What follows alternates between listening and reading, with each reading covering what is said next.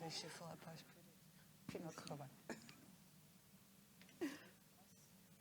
Então, muito boa tarde a todos. Só mesmo 2 minutos para vos dar as boas-vindas. Dar as boas-vindas também às nossas convidadas, à autora desta tese de mestrado, que agora está impressa digitalmente, portanto, era isso também que eu vos queria dizer.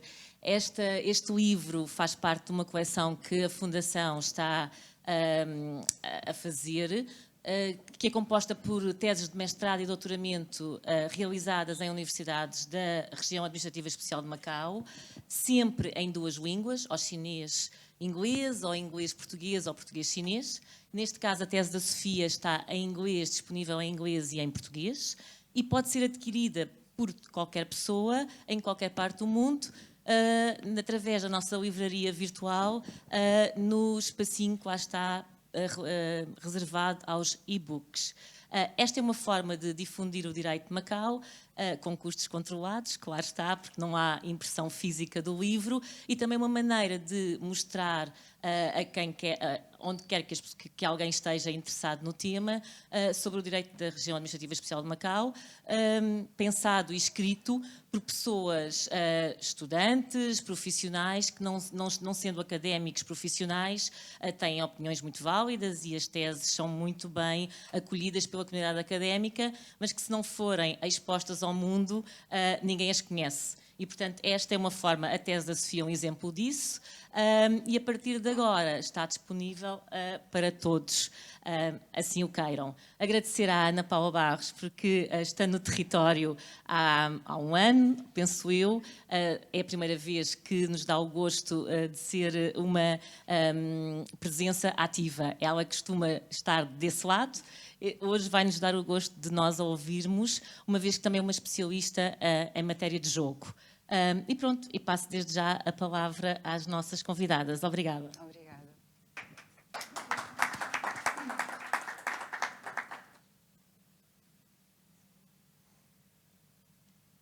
Muito boa tarde, muito obrigada por terem vindo.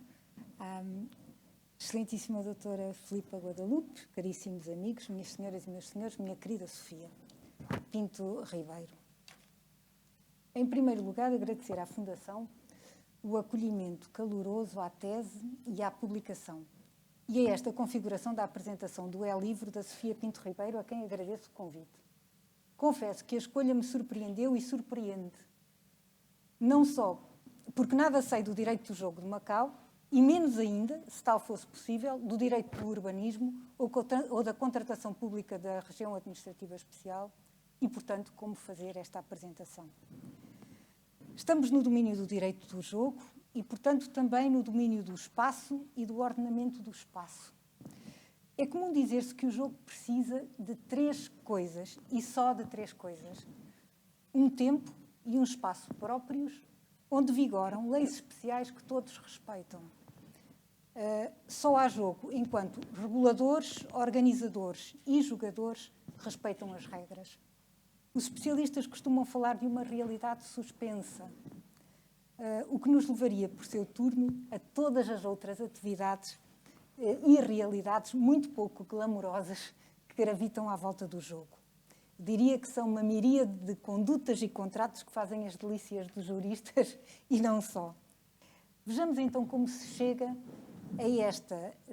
Vamos ver se chegamos a levar a carta a Garcia, focando o nuclear da tese em presença, que se trata de verificar como as ações tomadas e as opções tomadas na lei do jogo influenciam o formato da cidade e como perspectivar formas do ordenamento do território e da ocupação dos solos que integrem harmoniosamente a cidade como um organismo vivo no universo já construído do jogo, que, por definição, repito, é uma realidade própria com regras e vivências específicas, onde sobressai a característica de artificial.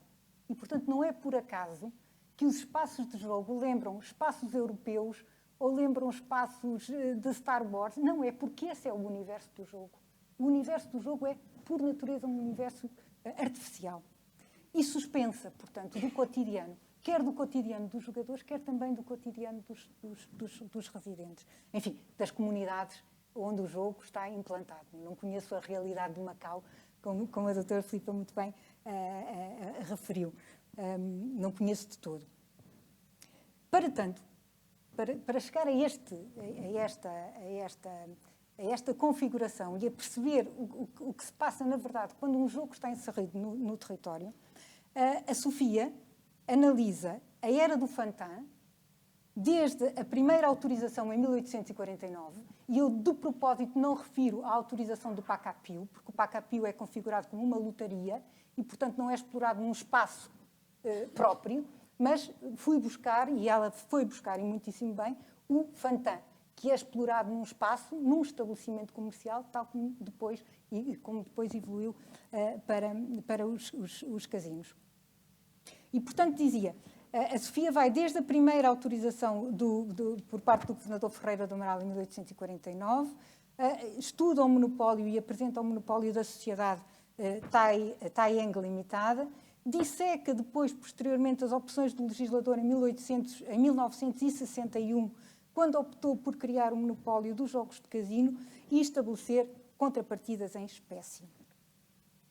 Num registro muito rigoroso, sucinto, mas muito rigoroso, a tese descreve os normativos da lei básica e o percurso legislativo da região administrativa especial da República Popular da China, que conduziu à aprovação da lei do jogo de 2001, e o concurso público que se lhe seguiu, e tudo o que se passou na realidade de Macau até à configuração atual da cidade. E lembramos aqui que passaram já quase 20 anos. E é justamente a partir da análise das contrapartidas em espécie, cuja execução modelou a cidade, remapeando-a, como diz a autora, remapeando-a e, eventualmente, tornando-a num gigantesco parque temático, que a Sofia propõe a criação do Observatório da Cidade, como contrapartida em espécie para as futuras concessionárias, tornando-as participantes interessadas no desenvolvimento harmonioso de uma cidade para as pessoas, apta a espelhar a harmonia do espaço e dos tempos, culturalmente tão importantes e sempre essenciais ao jogo do casino. Em suma, tal como o jogo do casino precisa de planos de prémios favoráveis ao jogador, e é muito interessante que ao longo da história de Macau, o tornar os planos de prémios favoráveis ao jogador foi sempre,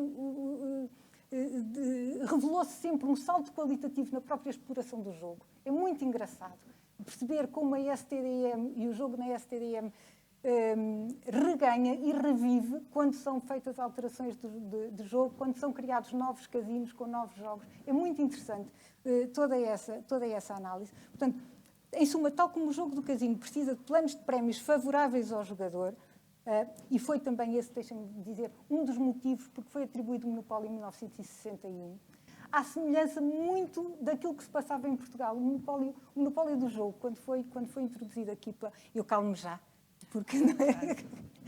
mas tu, na verdade, referes isso na tua tese e é muito engraçado. O enfoque das contrapartidas especiais e das contrapartidas em espécie foi uma opção do legislador de Macau, aqui do contrato de concessão de Macau, na sequência e daquilo que estava a ser feito em Lisboa.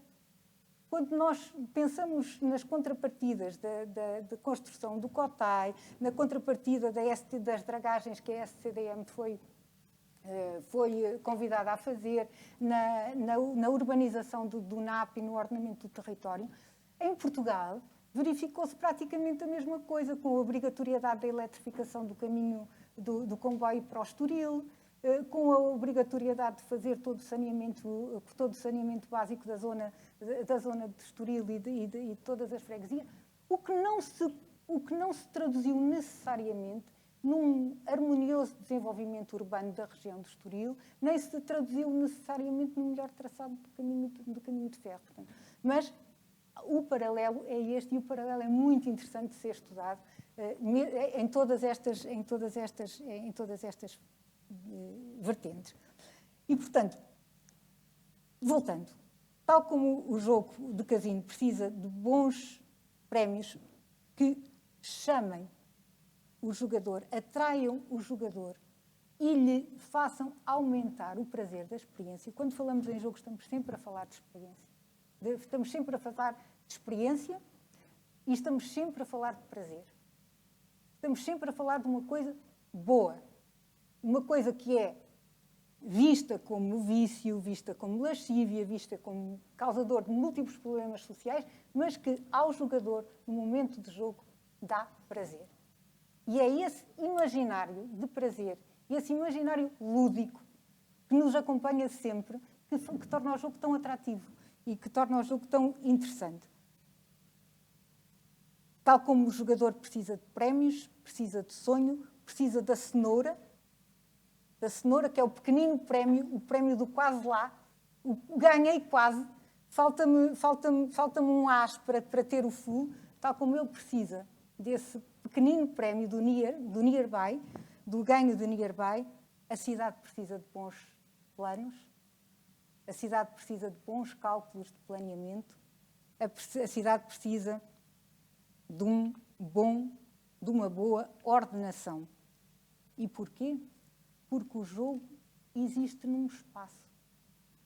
E se o espaço que rodeia o jogo não for, pelo menos, tão agradável como o espaço do próprio jogo, o espaço morre.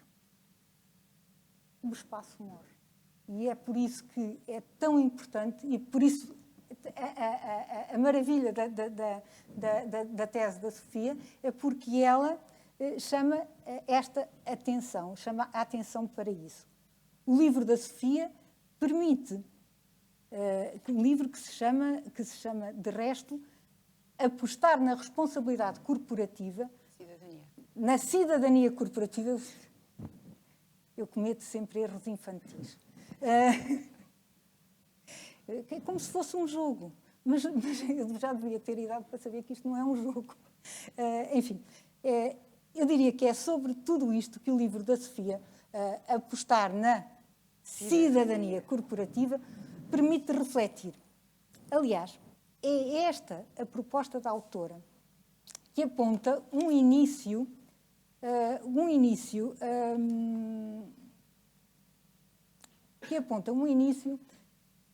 de reflexão.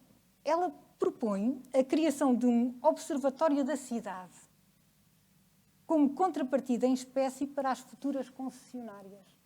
Ou seja, não se trata já de fazer crescer, de fazer construir, mas de pensar a construção, não é? Mas tu disso falarás melhor. Pensar a construção para as futuras concessionárias, tornando-as participantes interessadas no desenvolvimento harmonioso da cidade e, sobretudo, do desenvolvimento harmonioso de uma cidade para as pessoas, apta a espelhar a harmonia do espaço e dos tempos, culturalmente tão importantes e sempre essenciais ao jogo do casino.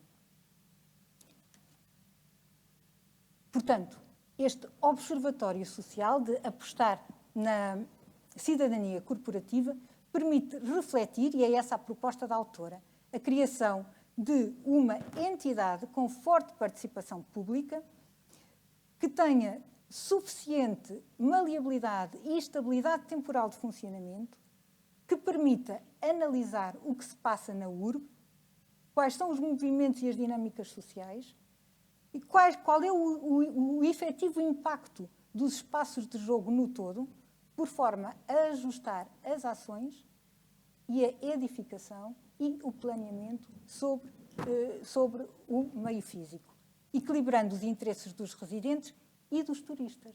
E este foco nas duas realidades, nas duas dimensões da habitação do espaço, é muitíssimo importante e está muito claro na tese.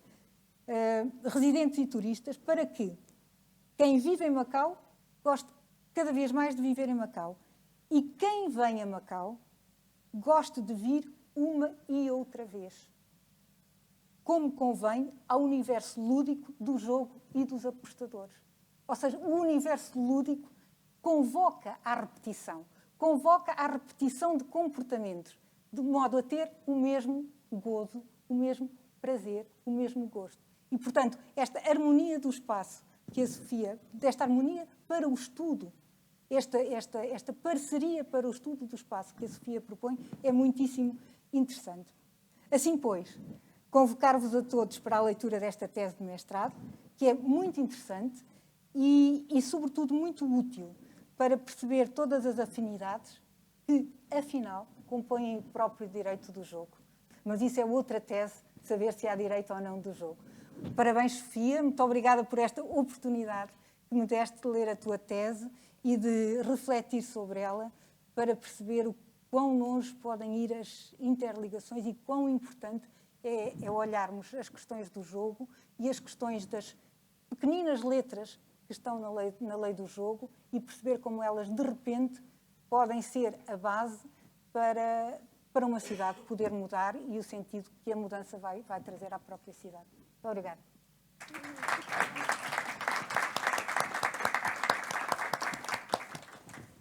Boa tarde a todos. Obrigada, Ana Paula, que como sempre é brilhante. Obrigada à Fundação, que aceitou publicar esta tese. Eu andei a cutucar um bocadinho, porque achava que, por vezes pensava que era uma questão de vaidade, mas acho que fiz um trabalho que pode aproveitar a outros, designadamente por ter historiado o urbanismo de Macau desde o tempo em que, desde 1557, que foi a data de instalação dos portugueses. Enfim, falarei disso mais à frente. Quero agradecer a presença de todos vocês. Sou muito grata por vos ver aqui. Vim a Macau não para isto, mas isto meteu-se e confesso que fiquei muito entusiasmada com esta oportunidade. Eu não tenho nenhum guião, já li isto tantas vezes, já vi, já traduzi, já revi, já revi, que espero conseguir de improviso transmitir-vos um bocadinho do meu entusiasmo. Sem prejuízo, comecei aqui com uma frase que é a forma como eu gosto de pensar na minha tese. Eu digo e escrevi que ela nasceu do espanto e também escrevi que ela se funda na esperança. E nasce do espanto porquê? Eu conheço Macau desde 1983 e é como se fosse um outro tempo na cidade. Provavelmente há aqui pessoas que já aqui estão há muitos anos e que perceberão o que é que eu estou a dizer. Quando eu optei por trabalhar como tese de mestrado, optei por pensar sobre o que seria o futuro das concessões e das subconcessões de jogo, as primeiras a acabarem em 2020 e as últimas 4 a acabarem em 2022, pareceu-me pobre, no fundo. Achei que era inscindível, estudar o jogo era inscindível de estudar a cidade. Porque uma coisa que me impressiona muito é ver como a cidade se funcionalizou, se especializou economicamente e ficou completamente capturada desta lógica da indústria de exploração dos jogos de fortuna e azar. E então eu comecei por fazer a história do jogo, mas tudo isso já foi pensado por muitas pessoas, por imaginar o que vai acontecer no futuro. Concluí, mas eu também devo dizer que acabei em 2017 o mestrado, e nessa altura parecia-me bastante lógico considerar, parecia-me provável achar que as concessões, quando chegassem, a primeira coisa era que as atuais, portanto, a da SJM e a do MGM, que acabariam em 2020, seriam prorrogadas até 2022. Isso já aconteceu, eu não sou nenhum oráculo, era apenas uma coisa lógica. De quando chegarmos a 2022, o que vai acontecer, eu pensava, e agora já não sei muito bem o que é que penso, confesso, que elas seriam prorrogadas ou através de uma modificação à lei, ou através de um mecanismo que a lei prevê, que é um despacho fundamentado do chefe do Executivo. Também refleti sobre as subconcessões, mas, acima de tudo, eu achei que devia refletir sobre como é que as concessionárias podiam e deviam contribuir para a cidade. Eu noto, por exemplo, que o Cotai teve um projeto de urbanização que incluía escolas, igrejas, era um outro universo e que caiu completamente para se transformar no Cotai Strip. Coluan teve um plano de ordenamento do território em 1995, que até um politécnico lá previa. Portanto, a cidade já teve planos, já teve ideias, já teve estratégias, e todas elas foram sucumbindo por uma lógica que não tem nada de pública, é uma lógica totalmente privada, com uma agenda totalmente privada, que funcionalizou completamente a cidade.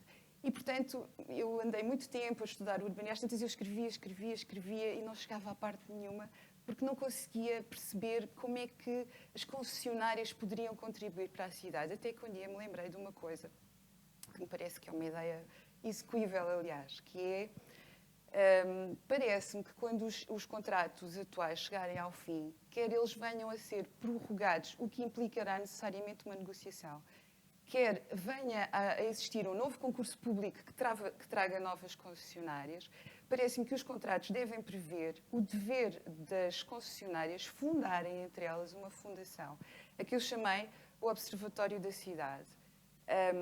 Essa fundação, uma fundação é uma figura jurídica de direito privado e sem fins lucrativos, seria contribuída financeiramente pelas concessionárias e nem me parece que tenha que haver, que se tenha que bolir naquilo que atualmente as concessionárias contribuem. Parece-me apenas que tem que ser dividido entre o destino atual, que é a Fundação Macau, e uma parte para o Governo, exatamente para a política de urbanismo, dividir com a Fundação.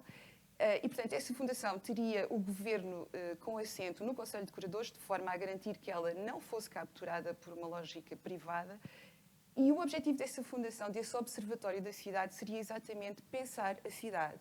E eu noto que estamos num momento absolutamente extraordinário, porque Macau irá integrar a zona do... está-me a falhar... Da Grande Baía. Da Grande Baía. Estava a ocorrer em inglês. Da Grande Baía. Prevê-se que integre uma megapolis de 80 milhões de pessoas, que é a maior experiência a este nível que alguma vez foi feita, supera Tóquio, etc. Nem imagino como é que isso será gerível. Por outro lado, em 2049 será integrada plenamente na China. E, portanto, há aqui um conjunto de coisas que estão a acontecer que eu acho que aconselham, para não dizer exigem, um pensamento crítico e integrado que conte com especialistas de muitas áreas. E, portanto, o que é que esta fundação faria? Eu escrevi eu propus que os contratos de concessão, enfim, a minha proposta é que traduz-se na possibilidade dos contratos de concessão incluírem um núcleo duro de cláusulas que expliquem como é que a Fundação vai funcionar. E então a Fundação terá como objetivo pensar a cidade em todas as suas camadas, terá a obrigação de contratar especialistas em todo lado que trabalhem em função da cidade, para pensar a cidade, tendo certo que esta cidade está toda construída, não é? E se calhar isto vai ser apenas um plano de pormenor na China no futuro, não sabemos. Mas os desafios, de facto, existem. A cidade pode ser melhor, pode ser mais inclusiva, pode combater melhor a pobreza, pode ser mais sustentável, pode ser ambientalmente mais saudável. Enfim, a cidade, de facto, é transversal a toda a vivência da comunidade. E, portanto, o que eu sonhei, vamos dizer assim, foi um grupo de especialistas que estudassem a cidade e depois dotassem o governo de mais capacidade de decisão, mais conhecimento fundado, sustentado, que lhe permitisse ter melhores políticas públicas. Quando eu defendi a tese, as pessoas achavam interessante esta ideia, mas diziam-me, pronto, está bem, mas e agora? O que serve para quê? E eu acho que esta ideia, sendo apenas uma ideia, não é de todo uma utopia. É uma coisa que é execuível se houvesse vontade política, sem prejuízo de haver eventualmente muitas outras soluções que exijam a participação das concessionárias na cidade de que tanto beneficiam e que tanto funcionalizaram. Mas esta, enfim, é a minha ideia. E é uma ideia, e eu há bocado disse que era um trabalho que se fundava na esperança porquê? Porque eu acho que continua a haver esperança, ou seja, as decisões do presente refletem-se sempre no futuro, nós todos vemos isso hoje, designadamente com o que se está a passar com o clima, e é possível tomar melhores decisões no presente para que a cidade e a sua população tenham um melhor futuro. Eu acho que tinha aqui mais qualquer coisa para dizer, mas esqueci-me. Gostava só de vos dar uma nota, porque acho que é muito curiosa. Macau, entre 1000 e 1500, tinha 10,5 km². Hoje tem 30 km². É uma cidade que é profundamente dinâmica. Eu imagino que continuará a ser profundamente dinâmica.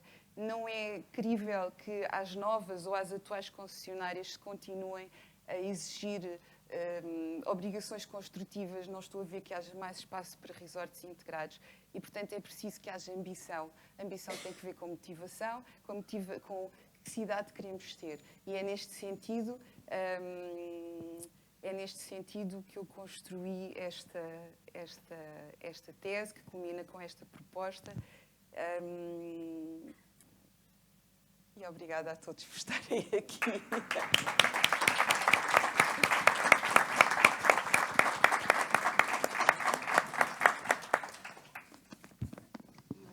Penso que agora, alguma questão, alguma curiosidade queiram colocar à autora, ela está disponível para esclarecer o que não foi esclarecido ou ficou menos claro.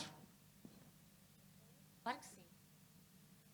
Eu, antes de mais, quero dar os parabéns à doutora Ana Paula Barros pela ideia que nos traz do jogo. A gente vê o jogo como uma coisa feia, mas gravita à volta dele, vive à conta dele e pronto. À Sofia, acho que é um sonho. Mas tenho uma pergunta para lhe fazer, Sofia. É assim. Imagine que o investidor, perante tantas dificuldades criadas por o Observatório, supostamente o Observatório está lá para defender os interesses da cidade e da comunidade que nela vive, pensa assim, mas é muito mais fácil ir ali para as Filipinas, ou ir para a Coreia, ou ir para o Japão, ou ir para qualquer sítio. Macau corre efetivamente esse risco, não corre. É que nós estamos a ver o jogo como uma coisa que não vai acabar nunca. Eu também acho que o jogo não acaba nunca, infelizmente. Ele é mais do que suspenso, é suspenso, mas presente, não é, na vida das pessoas. E infiltra-se e faz muito mal às vezes. Mas não acha que o investidor sai daqui, vai à procura de outros destinos onde a produção, digamos assim, seja mais fácil montar a produção? É esta a questão que tenho para si. Olha, eu acho, em primeiro lugar, que em nenhuma parte do mundo teria sido permitido às concessionárias fazerem o que fizeram em Macau. O concurso público de 2001 exige uma memória descritiva daquilo que o próprio caderno de encargos qualificou como um projeto de relevante interesse público. Penso que é exatamente esta a expressão. Sem densificar, sem especificar em parte nenhuma o que é que entende por projeto de relevante interesse público. No fim, o que aconteceu foi que as concessionárias construíram aquilo que entenderam, porque ficaram vinculadas apenas ao montante do investimento que se propuseram fazer. E, portanto, nós temos o Venetian, que é uma reprodução de um Venetian que existe lá em Las Vegas. O Galaxy também parece que é uma reprodução não sei do quê.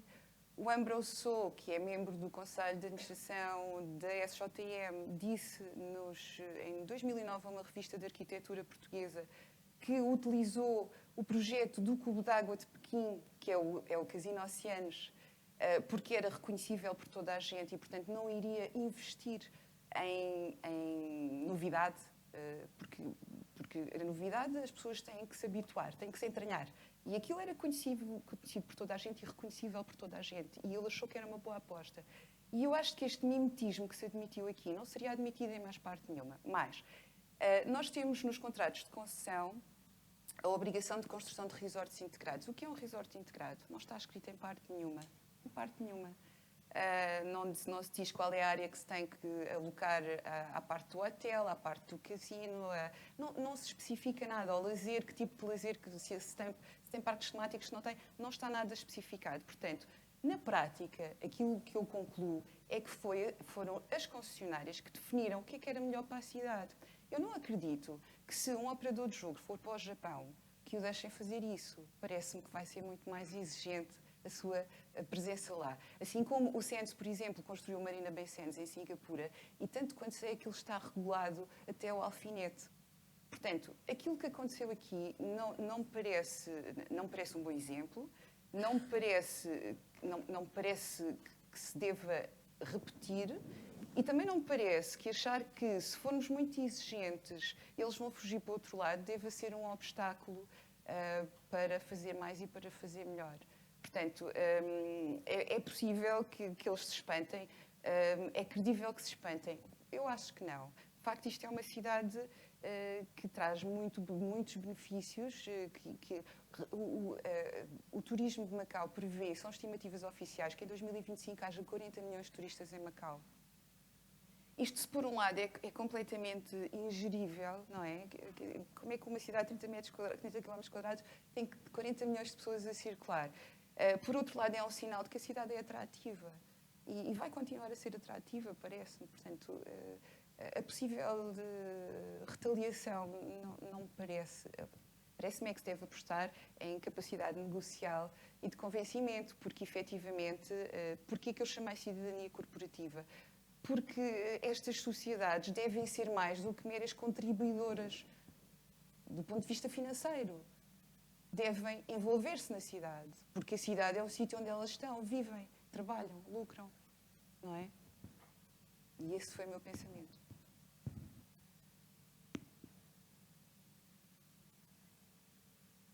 A noção de resort integrado foi criada por Portugal. Sofia e Ana Paula.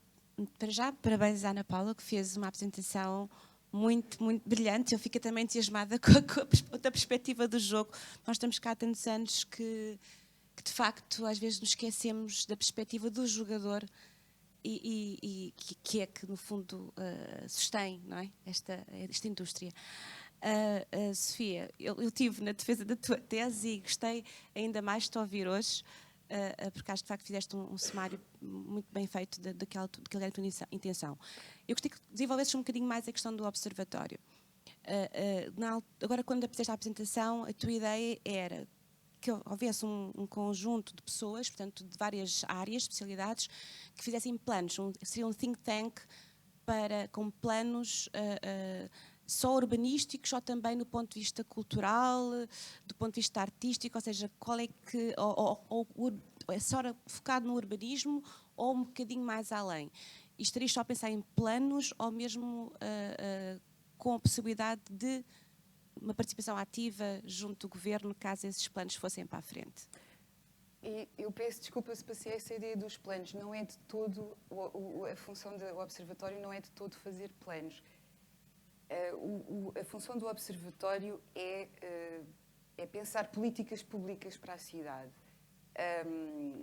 Os planos, em princípio, até têm que ser concursados. Faz-se um concurso público, aliás, em 2017 estava a decorrer um concurso público para um plano de ordenamento geral do território e houve, tanto quanto a imprensa disse, empresas a concorrerem que apresentaram planos que tinham prazos de 90 dias até 240, o que me parece um bocadinho estranho, 90 dias para fazer um plano de ordenamento do território para todo o território de Macau, incluindo Taipa, Colubane e a Ilha da Montanha. Portanto, mas de qualquer maneira, os planos urbanísticos têm que ser concursados. O objetivo do observatório é, de facto, empoderar as políticas públicas, é pensar a cidade nas suas mais diversas dimensões. Eu escrevi que deveriam ser urbanistas, especialistas em governação urbana, sinólogos, que é uma coisa que também parece fazer sentido aqui, cientistas sociais, arquitetos, especialistas em ambiente. Portanto, a cidade tem que ter uma escala humana. Quando eu falo de escala, não estou a falar de nova construção, estou a falar do modo. Por exemplo, eu hoje apanhei um autocarro errado, que é uma coisa que eu faço muitas vezes e que me desespera e hoje desesperou-me, especialmente porque eu não conseguia sair do sítio. Não há corredores para autocarros. O trânsito está completamente desesperante. A seguir, a sair do autocarro, precisei de levantar dinheiro, não conseguia andar na rua. Quer dizer, tudo isto... Eu não sou nenhuma especialista nestas áreas, isso seria para os funcionários, para os colaboradores do Observatório.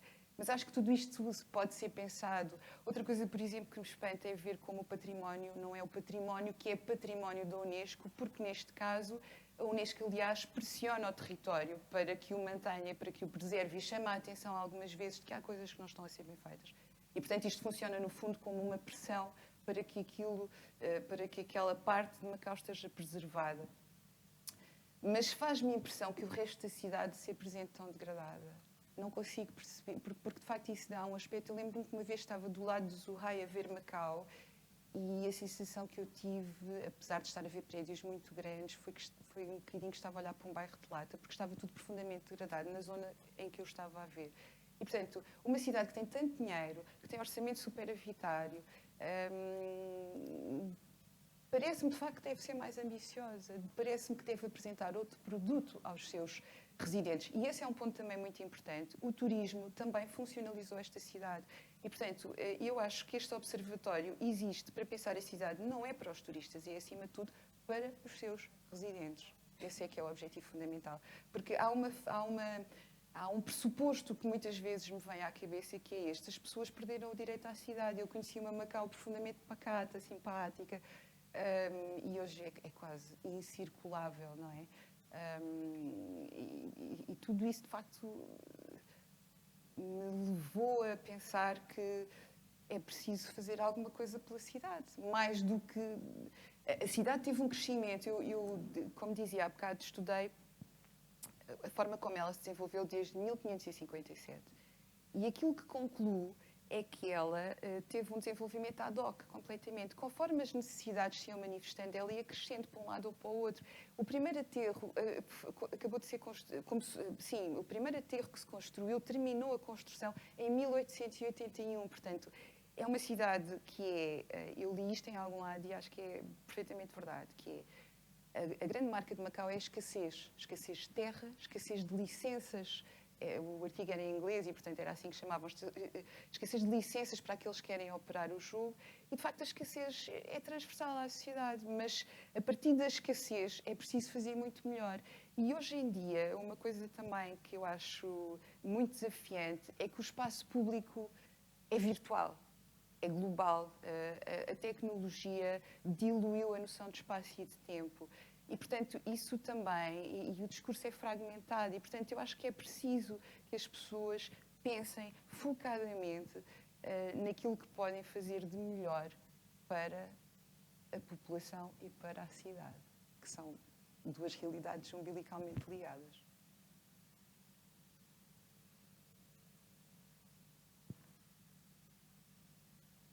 Acho que disse tudo quando disse que se baseava na esperança, não é? Mais alguém? Bem, parabéns pela tese e pelo estudo que nos deleitou ouvir aqui. Eu tinha uma pergunta e, ao mesmo tempo, era sobre uns estudos que tenho feito sobre a cidade. E está previsto Macau em 2050, 49, ter cerca de 1 milhão de habitantes. E praticamente não há, portanto, os novos aterros cobrem apenas 120 mil habitantes, portanto não chega, é evidente que não vai chegar, não vai dar. Vemos também que, por exemplo, que o metro ligeiro não cabe no território aqui da península, portanto cabe na Taipa porque há espaço, mas aqui não cabe, portanto há aí um erro de planeamento. Também, portanto, o que se vê é que há um planeamento feito pelas concessionárias, um planeamento feito pelas obras públicas e pelas outras entidades do governo, que não se casam, portanto, então vivem divorciados uns dos outros, enquanto que em Singapura, portanto, isso está unido numa autoridade, portanto, chamada Autoridade URA, de Desenvolvimento da Cidade. Também está previsto cerca de 500 mil habitantes, 500 mil viajantes para Cotai, quando tiver completo todos os casinos. Portanto, parece que não vai caber, digamos, o Rossio na boteira. E não sei como é que vê isto, ou se isto pode ser resolvido através de uma decisão política de ir para a Ilha da Montanha ou reduzir o número de concessionários, porque agora também há a guerra, digamos, política e económica entre os Estados Unidos e a China, e isso pode sair a expectativas erradas para algumas concessionárias. Portanto, perante este cenário com um bocado de confusão política e urbana, o que é que aconselha, ou qual é a sua perspectiva? Agora fiquei sem fala. Já agora quero aproveitar para te agradecer publicamente o Francisco Viseu Pinheiro, para além de ter utilizado muitos trabalhos seus como bibliografia, é o autor de um desenho fantástico que eu utilizasse na minha tese e que já passou por aí. Eu, de facto, não sou capaz de responder a isso. A mim parece-me que, se continuarmos neste caminho, Macau terá mesmo 1 milhão de habitantes, com o território, ou faz mais uns aterros, ou começamos a viver em camadas, não sei. Mas que me parece possível que isso aconteça, parece-me. Daí que este tipo de medidas, por outro lado, também me pareçam muito importantes. Mas o que é que se pode fazer? Olha, em relação às concessionárias, a guerra entre os Estados Unidos e a China parece-me que vai influenciar. Portanto, aquilo que eu pensei em 2017, pensei à luz de pressupostos que não são os atuais. Portanto, parece-me que vai influenciar a decisão aqui sobre o futuro das concessionárias. Parece-me que o governo tem que ser firme e tem que limitar, por exemplo, a entrada de pessoas aqui. Agora, tudo isso exige uma coragem a que não me parece que estejamos habituados a assistir, não é? Nunca tinha ouvido esse número e acho perfeitamente alarmante, porque com a quantidade de pessoas que temos hoje em dia, a cidade já é aquilo que é. Portanto, mas isto é um bocadinho como quando nós estamos a falar de violência, etc., chegamos à conclusão que a solução está sempre na educação. E está. Onde é que a solução está aqui? A solução é priorística, tem que ver com políticas que acautelem esse tipo de realidade. Mas que políticas serão essas? Eu acho que isso é para especialistas. Muito obrigado.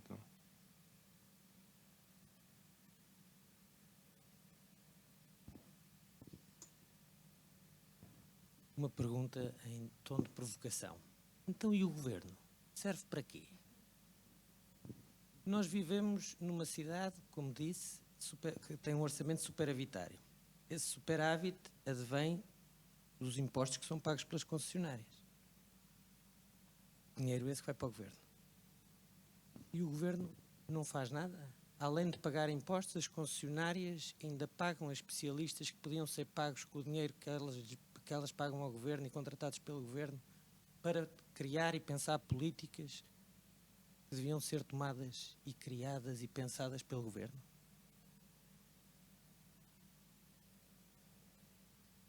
A verdade é que o governo não se tem mostrado suficientemente capaz de tomar as boas decisões, não é? E, por outro lado, parece-me que usou assim um tom de certo choque. Então agora vamos pagar a privados para pensar em... E porquê que não? E porquê que não? Os privados, vou voltar a dizer esta palavra, mas de facto funcionalizaram a cidade. Porquê que os privados não hão de ser chamados a pensar a cidade de uma forma global, integrada, crítica? Porquê? O governo neste processo participa porque tem assento nesse Conselho de Curadores. A função desta fundação é, de facto, de certo modo, trabalhar para o governo. Não trabalhar no sentido de fazer, digamos, fretes, não tem nada a ver com isso. Mas é no sentido de dotar o governo de conhecimento suficiente para tomar decisões.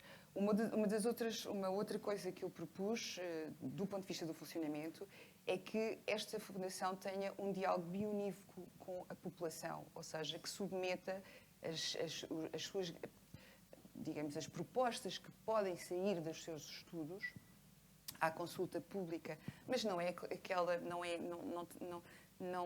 imagino uma consulta pública em que a formalidade é cumprida apenas porque se consulta, mas que haja um diálogo, que haja inputs de parte da população que sejam considerados pelos técnicos da Fundação. Portanto, a mim não me choca nada, olha, choca-me muito mais, ou melhor, espanta-me, aquilo que vi nos contratos de concessão da STDM, que são verdadeiramente espantosos no conjunto de obrigações que previam para a concessionária, obrigações, algumas delas que tinham um caráter eminentemente público, não é? Como é essa, por exemplo, de fazer o plano de ordenamento e de saneamento do porto exterior.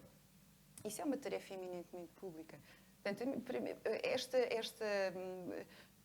onde é que estão os técnicos do governo? Porquê que o governo não utiliza esse dinheiro? Uma parte desse dinheiro para já seria canalizado para a Fundação. E se calhar isto seria um organismo muito mais pequenino, muito mais vocacionado, muito mais focado e muito mais capaz de pensar do que o governo, que tem uma lógica de administração pública, é uma estrutura pesada, demorada, etc. Portanto, acredito que esta solução é possível. Faz sentido.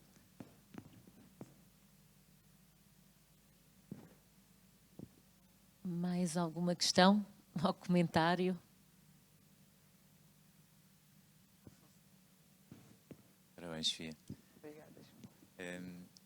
Lembrei-me e fiz aqui um paralelo com o Learning from Las Vegas, que é um estudo do Robert Venturi, que era um arquiteto americano, e sua mulher, que era a Scott Denise Brown, que levaram os alunos a Las Vegas fazer um estudo sobre a cidade em 68 e tiraram conclusões muito espantosas, conclusões essas que originaram, enfim, uma guerra aberta entre fações de arquitetos que defendiam posições diferentes, enfim, na análise do espaço, da sinalização de Las Vegas, de tudo aquilo que compõe a cidade, que é fora de vulgar e na altura, e que hoje em dia se podia fazer aqui um paralelo, podíamos pensar no teu Learning from a Strip of Macau, que no fundo nos traria, com certeza, para o teu observatório coisas interessantes do ponto de vista da vivência do espaço, da arquitetura e de tudo aquilo que é eventualmente criticável e ao mesmo tempo também que é louvável, porque também há coisas que são louváveis, não podemos só criticar, porque também há coisas que são boas apesar de tudo. E fiz este paralelo na minha cabeça porque achei que o observatório e a observação do Robert Venturi na altura tem este lado interessante de podermos aprender com aquilo que está feito e que é para podermos andar para a frente. E recomendo já agora a leitura do Robert Venturi dessa tese, apesar de estar um bocadinho desatualizada. E é isso, obrigado.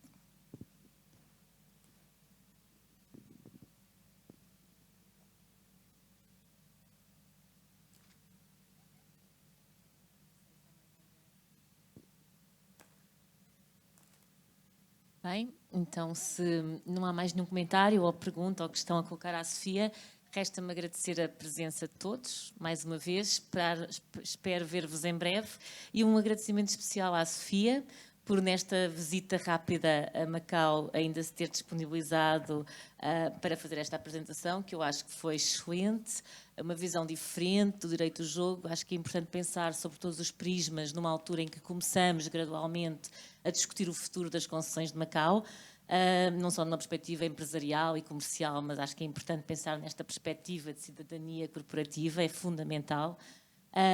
Também neste novo desafio que é a Grande Baía, não é? Acho que não nos podemos esquecer que fazemos parte desta nova estrutura e desta nova dinâmica do território e, portanto, é uma tese que deve ser lida, deve ser pensada, deve ser escapulizada, digo mais, e por isso está disponível no nosso website, é só acederem. E pronto, e agradecer também à Ana Paula Barros pela presença e pela apresentação excelente que fez. Muito obrigada a todos e boa noite.